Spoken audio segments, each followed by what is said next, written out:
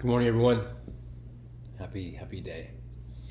Happy to week 5, and just Diamond Heart Project and being with you and sharing these truths and understanding and clarity and practices and all the different ways we have an ability to connect to that center point of our being, that space of the heart, that center point of all balance and connection and truth and understanding and clarity and all these beautiful things that we can connect to within ourselves. And this week specifically on the planet, moving through some incredible frequencies, and these are really opening up a space to have even a deeper connection, to hear the inner voice or hear the inner wisdom or hear that chord of connection to your higher self or to the godlike self of your own being for your own guidance. Whether you have some large questions you want to ask cosmos or your inner self around guidance of your life, or whether you're just looking for what store to go to, or what friend to call, all these different things. But all of this information, no matter what you're asking, from major to minor to micro to macro, you can get this inner guidance from yourself to discover what the guidance is about and what is the next best option for your soul's evolution in this moment. And so the topic today is about strength in the word. And when I say word, I want to take you away from the context of words on a page, and thinking it more about the frequency or the sound or vibration that comes out of your mouth and how you speak, how you either speak to yourself with your internal dialogue, how you exchange with the universe or with the cosmos or with the reality you live in with the words that you speak, is vital, and it shapes your reality based on what you speak into existence. And so when we talk about creation, and no matter what creation story you want to tap into, or what lineage or belief system or religion that they reference, give you an example, like in the Bible it talks about, in first there was the Word, and God spoke the cosmos or the earth into existence. And what that's referencing is the vibration. Everything is vibration, everything is frequency. And so we have an intention, we have a belief system between the words or understanding about that I speak right now in this moment, but really what's coming out of my mouth is vibrations. And they're in the language that you're going to understand, and you understand the meaning behind the vibrations of the tones or sounds that I'm making that we call words. The point is, if we were to talk to somebody else from another planet or from another country, they might not understand what I'm saying because they don't understand the language, but they could feel the vibrations coming out of me and maybe have some clarity around it. And maybe you've had experience with this in your life, talking to somebody or a foreigner with a different language. Before we had this intellectual language that we speak now on the planet, we had the language of Sanskrit. And Sanskrit is a vibrational language. And a lot of the chants that we do, or these yogic chants, are in Sanskrit. And there are certain frequencies of vibrations that connect to the energy centers within our body that we can chant open, like by creating the frequency through our mouth, we can open these energy centers in our body. And so, but Sanskrit was always intellectual. It was always a vibrational language. It was never intellectual. And so I can say something to you in Sanskrit. It doesn't matter how I grammatize it, how I put the first word last word middle. Either way, you're going to receive the meaning of that, and you're going to feel it from the vibration or frequency standpoint beyond the intellectual conversation or intellectual understanding or cognitive ability to have clarity around what I was just saying. And so this is a way we've communicated before the society we live in today. And so we're returning to our roots, to that understanding of who and what we really are. We are really truly celestial beings. And as we move into this state of being where we have 3 to 6 DNA strands get turned on over the next 3 or 4 years, it's going to be much more of an energetic exchange in how we move and navigate our reality, our relationships, our interactions, and all of these things. Just to rewind for a moment, there is a theory, there's 12 strands of our DNA that haven't been turned on yet.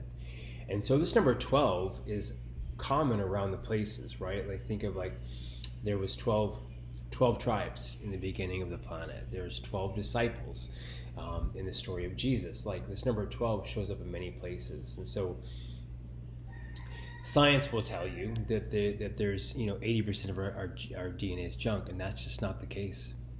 You're not junk. There's some incredible information and some incredible gifts and talents and awarenesses and abilities that we have in our system by turning on these godlike DNA in our system and fully allowing our full DNA structure to come online. And so it's going to be happening as we go through this shift on the planet, as we elevate into this higher dimensional, what you might call the 5D realm of the 4th, 5th, 6th dimension. We're coming into the higher realm of an elevated being. To even take it further back, like, if you really want to go down the rabbit hole with it, like, our DNA, like, as we've talked before, like, the human being is the most technology advanced creation in the Creator's eyes so far. Not better than anybody else, but more technology advanced. And so there's a theory that our DNA was collaborated by all different beings from around the universe. And we have a piece of all of it. And that's why there's so much focus on planet Earth and the human species from other parts of the cosmos. Again, whatever you want to believe, but this is the information that's been coming through. And all of those different parts of the DNA from all different parts of the cosmos and universe and beings around the world or the universe are part of our DNA. And so this is going to be turned on. We're collaboration. We're the smoothie of everything in the kitchen, in a beautiful way. But the most potent parts of other species DNA have been collaborated with the human being. And so these extra understandings of who we are going to be turned on. And so we need to be ready for it. Most importantly, we need to be ready to hold those frequencies. You have beings like the Buddha, the avatar of Jesus. These beings had an ability to elevate their frequency to hold the highest vibration that the human tissue could hold, which is 1,000 hertz. And they operated from that sense. And they were here to be way showers. They were not here to be the anomaly and to help guide us in this next evolution of self. So as we move into the Christ consciousness, these things are going to be available for us. And what's going to access these things to get turned on our DNA is going to be our practices.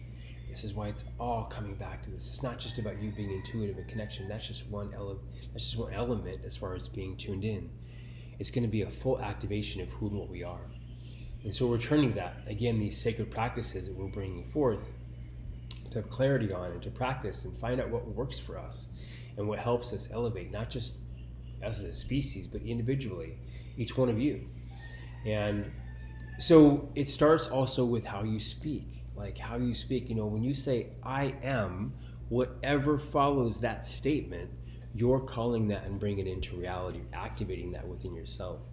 And so if you say, I am whatever it is, if it's not in a good light of yourself, there's nothing wrong with saying, hey, I'm really feeling my emotions today. I'm really feeling sadness, or I'm really feeling joy. I'm really feeling this. But when you say, I am that, you're calling that in to be part of the reality you're experiencing. And so it's really important to be aware of what you speak and how you speak, but not judging yourself. Remember, from day one, we talked about the center point is being a space of non-judgment, a place of curiosity. And so when you get really tuned in with yourself, as you speak these things, you can feel it shift in your system. I was talking with a friend yesterday, and it was this understanding, like if you have a belief system or you say things about, a person you interact with and you just don't think that person is nice, and you say that or believe that, like whenever you interact them, that's going to be the interaction, because that's what you're putting in your consciousness. That consciousness, that belief system, limiting belief system that you're carrying in your software program of your mind, is projecting that into your life. So it's creating that reality for you to experience. And so it's the same thing with how you speak and how you call things in. And it's the same thing with your chanting. It's the same thing with anything that you do around any vibration that you create that comes out of you. And so you can really create your own reality by how you speak it into existence. That's why we set intentions. That's why we say prayers. That's why we do things where we vocalize something we want to experience in life.